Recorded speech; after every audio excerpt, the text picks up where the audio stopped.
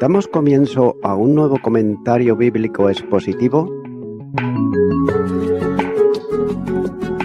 Servidores de Dios. Quien te habla es Manuel Cornejo. En esta ocasión estaré compartiendo la primera epístola de Pedro, capítulo 1 y versículo 20, donde dice: ya destinado desde antes de la fundación del mundo, pero manifestado en los postreros tiempos por amor de vosotros. Comienza diciendo: ya destinado desde antes de la fundación del mundo. El sacrificio redentor de Jesucristo fue establecido por Dios en el plan de redención desde la eternidad. El semitismo, antes de la fundación del mundo, está haciendo referencia a algo anterior a la creación del universo. Es lo que se conoce técnicamente como decreto divino, que define la voluntad de Dios en orden a todo cuanto se produce o podría producirse. Este término intenta reunir bajo una sola designación lo que la palabra expresa con otras como propósito divino, como señala en Efesios capítulo 1 y versículo 11, el determinado consejo y anticipado conocimiento. Hechos de los Apóstoles capítulo 2 versículo 23, y la voluntad divina, Efesios capítulo 1 y versículo 11. Debe ser considerado en singular y no en plural, decretos. ¿Por qué? Dios no tiene más que un plan cuyo desarrollo comprende diversas particularidades. El decreto divino es un decreto eterno, puesto que fue establecido en la eternidad, aunque la ejecución de sus partes tiene lugar en la temporalidad de la creación. Y siendo eterno el decreto, lo son también todas las partes que lo expresan. Este eterno decreto es también libre, puesto que no hay condicionantes alguno para la determinación y ejecución del propósito divino que surge de él mismo, en soberana y libre voluntad. Además, es sabio puesto que es la expresión de su sabiduría infinita, de modo que cuanto comprende está vinculado con ella. Romanos capítulo 11 y versículo 33 dice: oh profundidad de las riquezas, de la sabiduría y de la ciencia de Dios, cuán insondables son sus juicios e inescrutables sus caminos. Con todo lo que sale de la mente divina, orientado al hombre es incondicional, es decir, su ejecución no se condiciona a circunstancias que lo determinen, sino que las supera e incluye a todas ellas. El verbo está plenamente vinculado al concepto de predestinación, lo que indica que en el plan de redención había establecido de antemano la muerte del Cordero de Dios en precio de rescate. De otro modo, el Cordero Redentor había sido establecido y predestinado para el sacrificio de la expiación. El plan de redención tuvo lugar antes de la creación. Romanos capítulo 16 versículo 25 dice: y al que puede confirmaros según mi evangelio y la predicación de Jesucristo, según la revelación del misterio que se ha mantenido oculto desde tiempos eternos.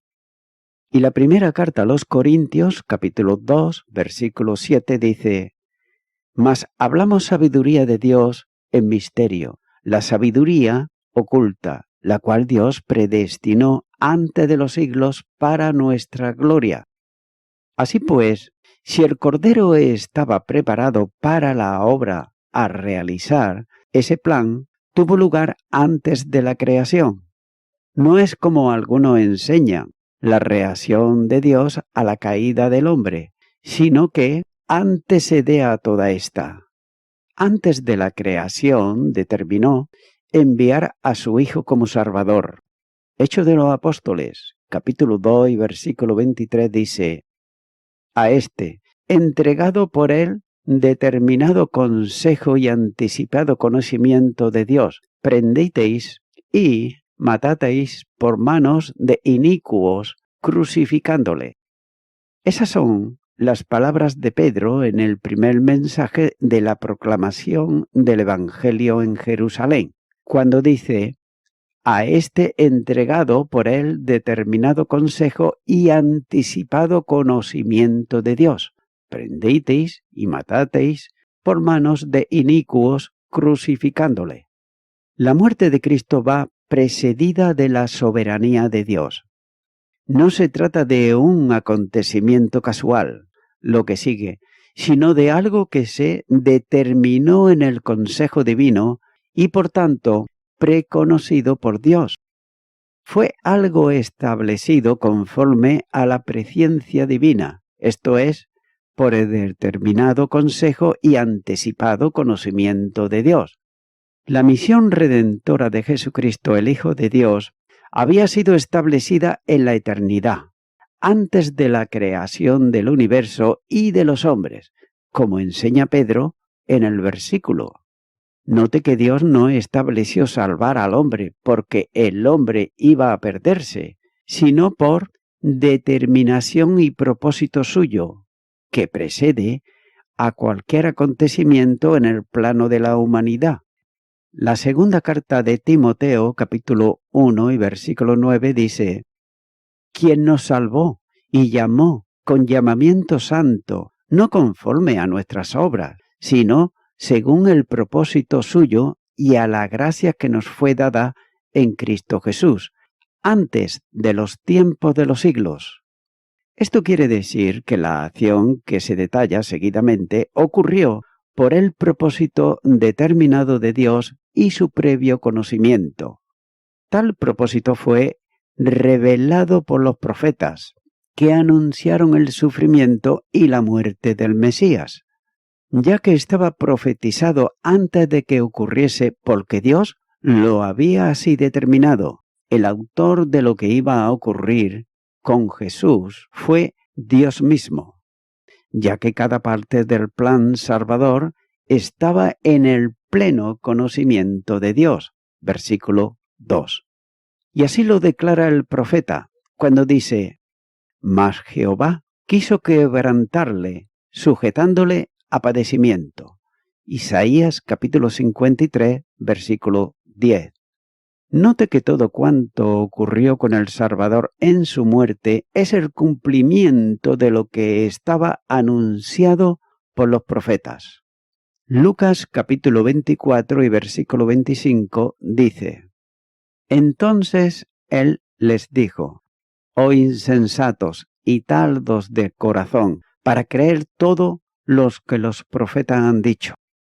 Y Lucas, capítulo 24, versículo 27 dice: y comenzando desde Moisés y siguiendo por todos los profetas, le declaraba en todas las escrituras lo que de él decían. Lucas, capítulo 24, versículo 46 dice: y les dijo: así está escrito y así fue necesario que el Cristo padeciese y resucitase de los muertos al tercer día. Algunos, si no todos, los que estaban presentes consideraban a Jesús como un maldito de Dios, puesto que fue colgado en un madero. Deuteronomios, capítulo 21 y versículo 23 dice: no dejaréis que su cuerpo pase la noche sobre el madero, sin falta lo enterrarás al mismo día, porque maldito por Dios es el colgado, y no contaminarás tu tierra que Jehová tu Dios te da por heredad. Y Gálatas capítulo 3 versículo 13 dice: Cristo nos redimió de la maldición de la ley, hecho por nosotros maldición, porque está escrito, maldito todo el que es colgado en un madero. Y note cómo Pedro les advierte de un error de pensamiento, porque todo lo ocurrido que incluía el levantamiento del Señor sobre el madero de la cruz había sido establecido previamente por Dios en el plan de redención. En la eternidad Dios había respondido a 3 preguntas esenciales en cuanto a redención, es decir, ¿quién, cómo y cuándo? El que redimiría sería el Hijo de Dios en carne humana, el Verbo de Dios encarnado, como señala Juan capítulo 1 y versículo 14, ya que se había hecho hombre para poder morir por los hombres. Hebreos capítulo 2 versículo 14 dice: Así que, por cuanto los hijos participaron de carne y sangre, él también participó de lo mismo, para destruir por medio de la muerte al que tenía el imperio de la muerte, esto es, al diablo. La segunda pregunta se respondía mediante lo que establecía para la salvación, que se haría mediante la entrega de la vida del Salvador, en precio por el pecado del mundo, versículos 18 al 20. Y la tercera determinación, el tiempo en que había de llevarse a cabo. Gálatas, capítulo 4 y versículo 4 dice: Pero cuando vino el cumplimiento del tiempo, Dios envió a su Hijo, nacido de mujer y nacido bajo la ley. Note que ese tiempo había llegado y fue el momento para llevar a cabo la determinación soberana para la salvación, eternamente establecida, ya que Dios había marcado previamente el tiempo, pero ocurriría al final de la semana 69 de las 70 anunciadas por Daniel en el capítulo 9, versículo 26. Y el mismo Señor había afirmado que el plan de salvación, que incluía su muerte y sufrimiento, estaba determinado por Dios y que inexorablemente tendría cumplimiento. Marcos capítulo 9, versículo 12 dice: Respondiendo él, les dijo: Elías, a la verdad, vendrá primero y restaurará todas las cosas. Y como está escrito del Hijo del Hombre, que padezca mucho y sea tenido en nada. En el repaso doctrinal de aspectos relativos a la obra redentora de Jesucristo, el apóstol Pablo enseña que Cristo murió por nuestros pecados conforme a las Escrituras. Primera carta a los Corintios, capítulo 15, versículo 3. Note que no se trataba de circunstancias adversas que convergían sobre Jesús en un determinado momento de su historia humana, haciéndolo víctima de aquella situación, ya que todo estaba bajo el control de Dios y de Él como persona divina que había dispuesto esto desde la eternidad. La muerte de Jesús no fue el triunfo de la injusticia sobre la justicia, ni del odio sobre el amor, ni de la ingratitud sobre el desinterés, ya que es la ejecución temporal del decreto eterno de Dios para la salvación del hombre. La aparente derrota a la vista de los hombres es la expresión suprema de la victoria de Dios. Siendo la salvación una obra divina, como señala el Salmo capítulo 3, versículo 8, donde dice que la salvación es de Jehová, sobre tu pueblo sea tu bendición. Así pues, las 3 personas intervienen en ella, y si el Padre envía y entrega al Hijo, éste asume voluntariamente el dar la vida en precio del rescate por muchos. Y de ahí sus palabras, cuando dice: Nadie me la quita, sino que yo de mí mismo la pongo. Tengo poder para ponerla y tengo poder para volverla a tomar. Este mandamiento recibí de mi Padre. Juan, capítulo 10, versículo 18. Note que en ella se aprecia primeramente la voluntariedad, ya que nadie puede quitarle la vida, ya que el Hijo estaba dispuesto a ser dado por el Padre y darse a sí mismo. La muerte de Jesús no es un incidente en su vida o un suceso inevitable que le alcanza, sino que su poder, como Dios hombre, está en el control de cualquier situación en su vida humana. Por tanto, nadie puede quitarle la vida hasta que Él voluntariamente la ponga, que será cuando llegue el cumplimiento del tiempo establecido por el Padre, desde la eternidad. La muerte física en la cruz se produce bajo el control de su soberanía que encomienda su espíritu al Padre.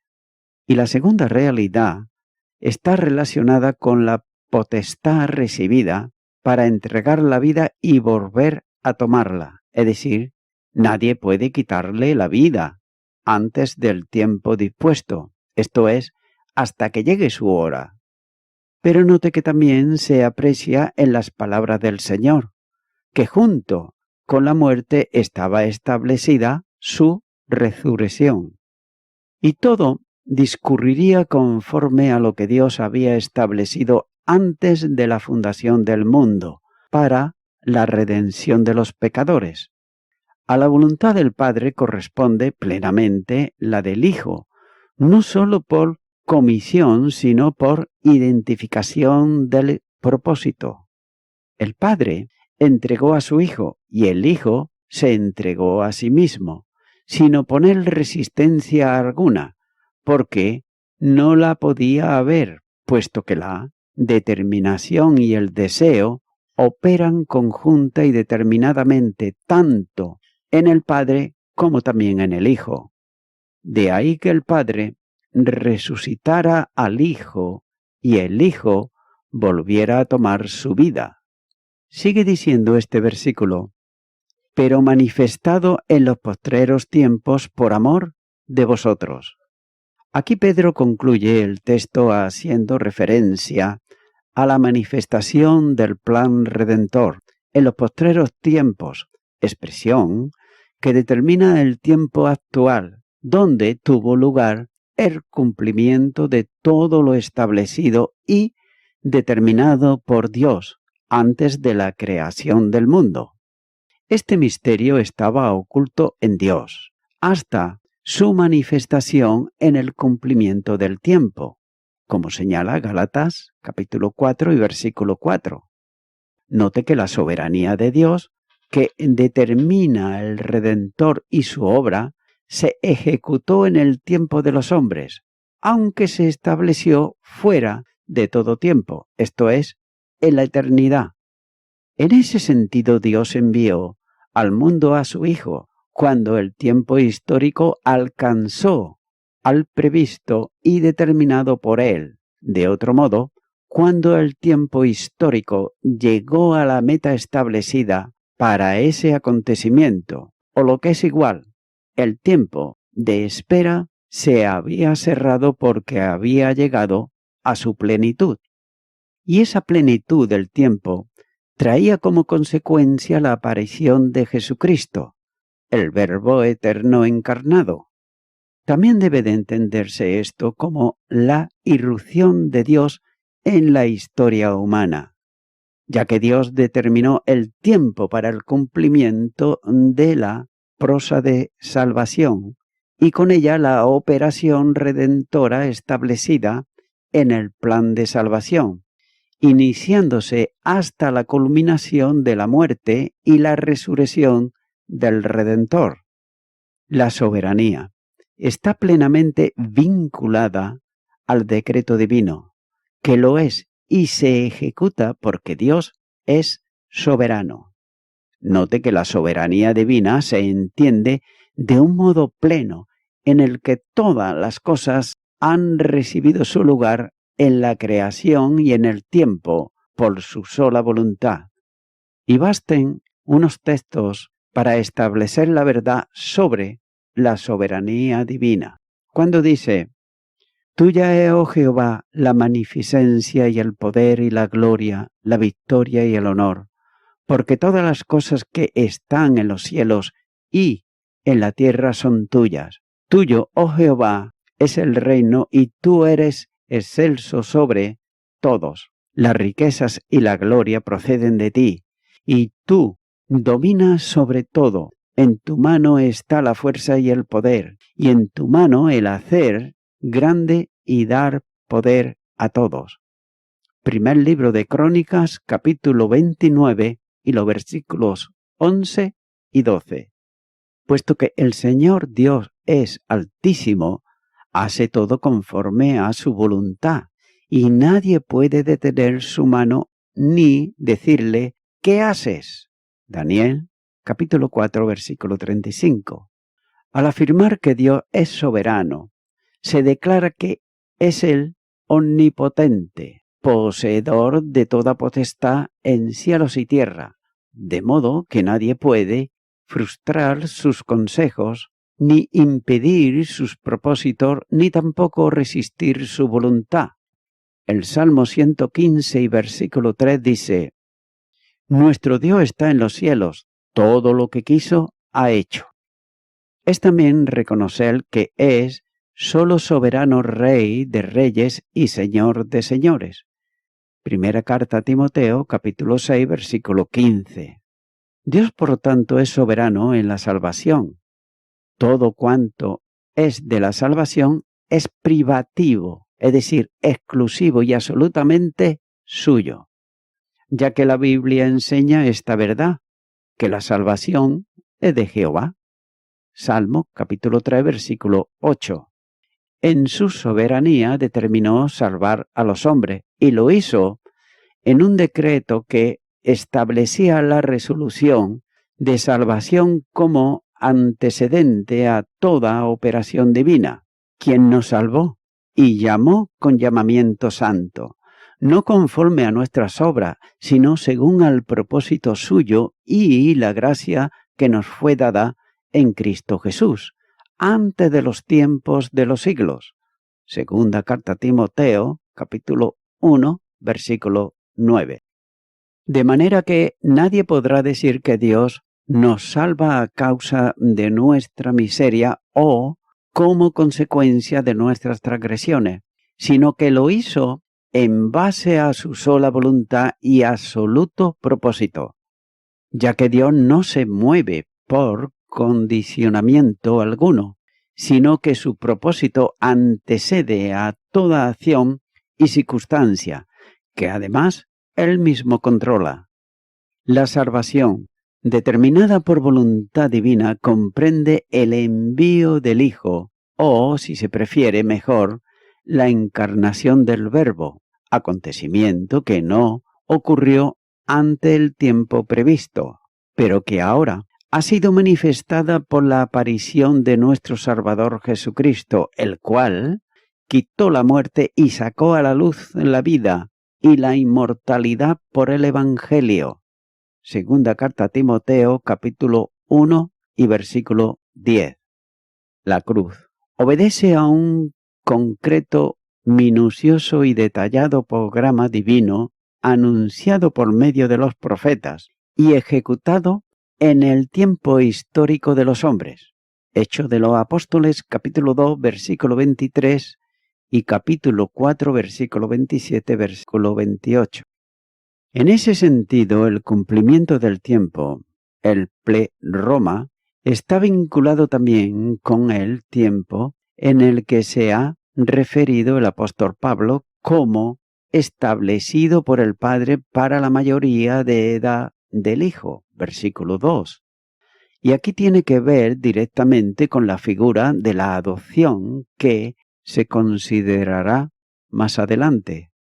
Esto quiere decir que el cumplimiento del tiempo que tiene que ver con el envío del Hijo y con él la redención, con elementos que conducen al fin que culmina el versículo, que es la adopción de hijos. Para los creyentes, el envío del Hijo marca la que se llama en el Nuevo Testamento el último tiempo. es decir, los postreros tiempos a los postreros días. Hebreos capítulo 1 y versículo 2. Nótese que esta fórmula se utiliza para referirse al tiempo de la presente dispensación y que se extiende desde la primera hasta la segunda venida de Cristo, ya que es la fórmula utilizada también en la Biblia de los 70 para referirse a los tiempos mesiánicos, como por ejemplo en Números capítulo 24 versículo 14 y también en Jeremías capítulo 23 versículo 20. Los postreros días es el tiempo de la actual dispensación, en la que al comienzo los hombres pudieron oír la misma voz de Dios expresada por su Hijo. Terminando el misterio profético de la antigua dispensación, Dios habla en estos tiempos, es decir, en los postreros días. En otro lugar, el apóstol llama al tiempo determinado por Dios la dispensación del cumplimiento de los tiempos. Efesios capítulo 1 y versículo 10. La voluntad divina tiene un propósito que nace en la eternidad y que se lleva a cabo en el tiempo histórico de los hombres. El propósito divino tiene un tiempo para su ejecución, que se define como la dispensación del cumplimiento de los tiempos. Un tiempo en el que Dios note que actúa y se manifiesta de una determinada manera que no ocurrió anteriormente. Y esta determinación divina se manifestó cuando llegó el cumplimiento del tiempo que Dios había determinado. El humanismo, con todos los distintos formatos de liberalismo, utiliza esta expresión para enseñar que la acción divina se produce cuando había llegado el mejor tiempo histórico, hablando para hacerlo. Y así citan, por ejemplo, la difusión de un mismo idioma, el griego, que hacía posible la comunicación entre todo el mundo grecorromano de aquel entonces. También señalan la facilidad de las comunicaciones entre ciudades, debido a las carreteras que los romanos habían construido.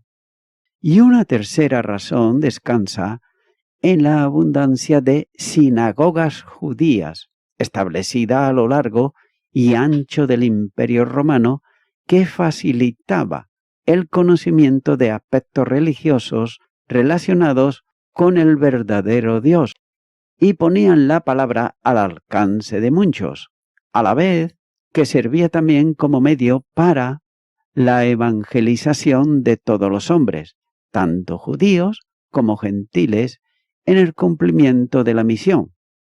Pero note que desde la óptica de la fe, en la soberanía de Dios, el tiempo y sus circunstancias fue el mejor, porque había llegado el cumplimiento que había sido determinado antes. Es decir, que Dios no actuó porque era el mejor tiempo, sino que fue el mejor tiempo porque iba a actuar Dios. Tal como estaba determinado, en el último tiempo Dios envió a su Hijo. El Verbo Eterno va a entrar en el mundo de los hombres, revestido de humanidad, para poder así cumplir el propósito eterno de dar su vida en rescate por los pecadores. Quien es afirmación eterna de Dios va a manifestarse en el tiempo, envuelto en temporalidad, para llevar a cabo el cumplimiento definitivo de lo que había sido establecido eternamente. El plan de redención exigía por tanto el envío del Hijo desde el seno del Padre. La preexistencia de Cristo, el Hijo de Dios, no es por tanto una teoría metafísica. Todas las formulaciones bíblicas del envío del Hijo van acompañadas de la proposición para, siendo anunciadas como el fundamento de la redención y de la filiación de Cristo que hace posible a los hombres por sí mismo y por el Espíritu, como señala el Evangelio de Juan, capítulo 3, versículo 16. Y así se determina el envío del Hijo en el tiempo establecido eternamente por Dios. Nótese que también es necesario entender el alcance de esa operación de salvación, ya que la irrupción de Cristo en el mundo de los hombres, procedente del cielo, es hecha en semejanza de hombre, de otro modo, haciéndose hombre por medio de la encarnación, ya que en ella Dios se realiza históricamente como kenosis, y el término equivale a vaciamiento o también a verterse en libación sacrificial. Este vaciamiento se expresa en un anonadamiento de kenosis, del Hijo de Dios, que no significa deposición del ser, del poder o del conocer divino de una especie de autor aniquilación, sino un acompasamiento tal de ellos que asume las condiciones propias de una existencia finita. En esa condición, el Cristo, que es Emmanuel, Dios con nosotros, puede vivir las limitaciones de la criatura y padecer las violencias en las que el hombre histórico vive. La infinita dimensión de Dios hace posible la capacidad para ser menos. Dios, en Cristo puede asumir la relativización que le permite compartir y compadecer la situación del hombre, tanto en el orden del ser como en el poder y el conocer. En la cruz, el que existe eternamente en forma de Dios asume la situación del hombre bajo las consecuencias del pecado. El Hijo se adentra en la soledad y en la impotencia de la cruz para introducir un principio de vida en el universo, eliminando el poder dominante del pecado y de la muerte. El kenosis de Dios en Cristo revela la majestad como misericordia y el absoluto como prójimo absoluto y trascendente. La entrada de uno de la Santísima Trinidad en la experiencia de la muerte proclama cósmicamente en la victoria de la resurrección, la confianza y esperanza del mundo en él. Colosenses capítulo 1, versículo 13. El kenosis del Hijo permitirá contradicciones entre la humanidad asumida y la deidad eterna de la segunda persona divina. De este modo se encuentra el contraste entre felicidad absoluta, que corresponde a la vida de Dios, y las lágrimas y agonía de Jesús. Todo esto no es signo expresivo de humanización degradadora, sino la manifestación de Emmanuel, Dios con los hombres. Es la autodefinición de Dios con hechos y experiencias propias de los hombres. Por tanto, la revelación y encarnación de Dios tiene que ser necesariamente gnóstica para ser verdaderamente divinas.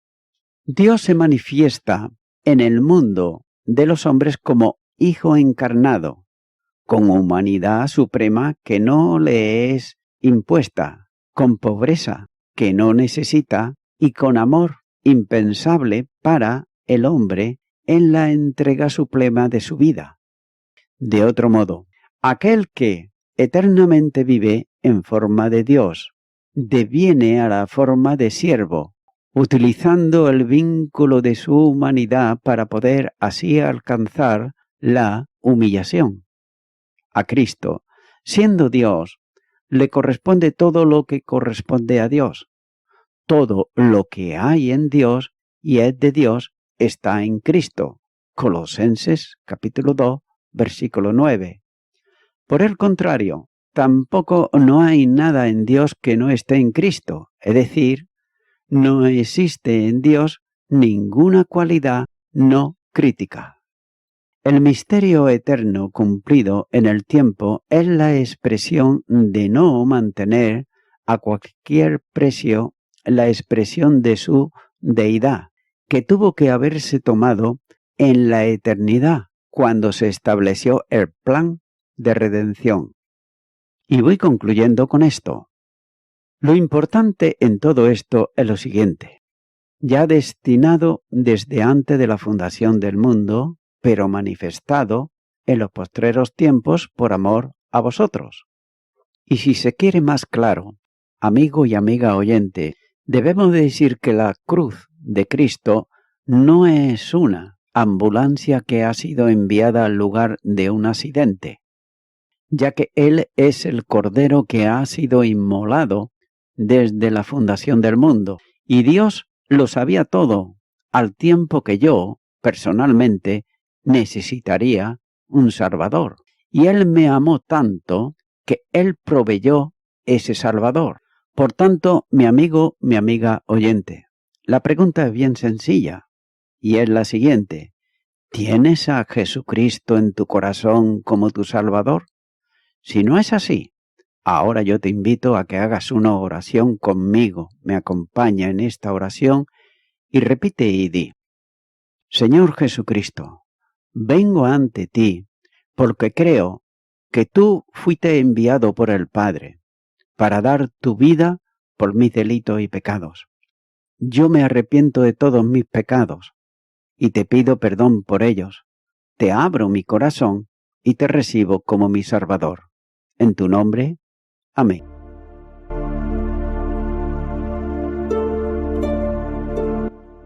Amigo y amiga oyente, si tú has hecho esta oración de corazón, te recomiendo que comiences a orar a Dios, en primer lugar, en el nombre del Señor Jesucristo. Orar a Dios no es rezar, sino que es hablar con una persona. También te recomiendo que leas la palabra de Dios y lo hagas a diario. Comienza, por ejemplo, con el Nuevo Testamento. Y también, por último, te recomiendo que para que puedas crecer espiritualmente, te congregues en una iglesia cristiano-evangélica, donde se predique, se enseñe y se practique la sana doctrina y la palabra de Dios. Congrégate ahí y con el tiempo podrás crecer espiritualmente y también servir al Señor Jesucristo. Que Dios te bendiga. Y a toda la audiencia, nuevamente ya me estoy despidiendo de todos ustedes y será hasta el próximo programa. Que Dios os bendiga a todos.